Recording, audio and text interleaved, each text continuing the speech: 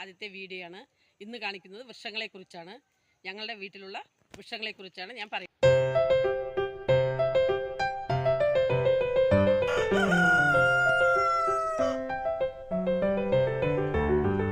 ഇതിൽ നിന്ന് ധാരാളം ചക്കകൾ കിട്ടാറുണ്ട്.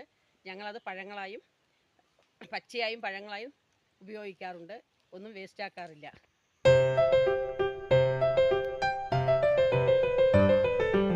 ഇത് ഞാവൽ മരമാണ്.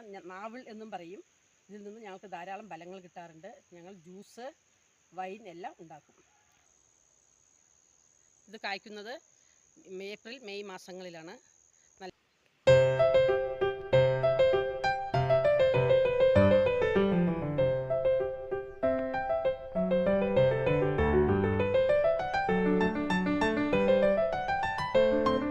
വർഷമായ മരമാണ്.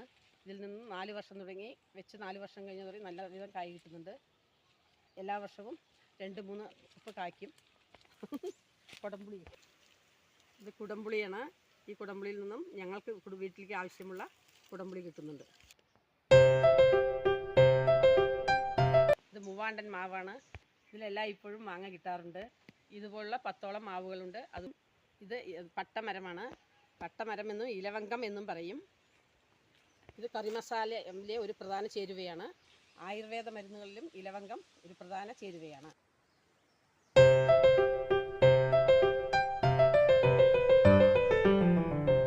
ഇതിൻ്റെ തൊലിയാണ് മസാലയ്ക്ക് ഉപയോഗിക്കുന്ന പട്ട എന്ന് പറയുന്ന സാധനം. ഇത് ഞങ്ങളുടെ വീട്ടിലെ പപ്പായയാണ്. പപ്പായ എന്നും കപ്ലങ്ങ എന്നും ഓമക്കായ എന്നും ഇതിനെ പറയും. ഇത് കടച്ചക്ക അല്ലെങ്കിൽ ചീമച്ചക്ക എന്ന് പറയുന്ന ഒരു മരമാണ്. ഇത് നമ്മുടെ വീട്ടിലേക്ക് ആവശ്യമായ ചക്കയും നമുക്ക് കുറച്ച് കൊടുക്കുവാനും കിട്ടുന്നു. ആത്ത മരമാണ്. ഇതിനെ ആത്തപ്പഴമെന്നും അത്താഴച്ചക്ക എന്നും പറയും. ഇത് ഡിസംബർ ജനുവരി മാസങ്ങളിലാണ് ഉണ്ടാവുന്നത്.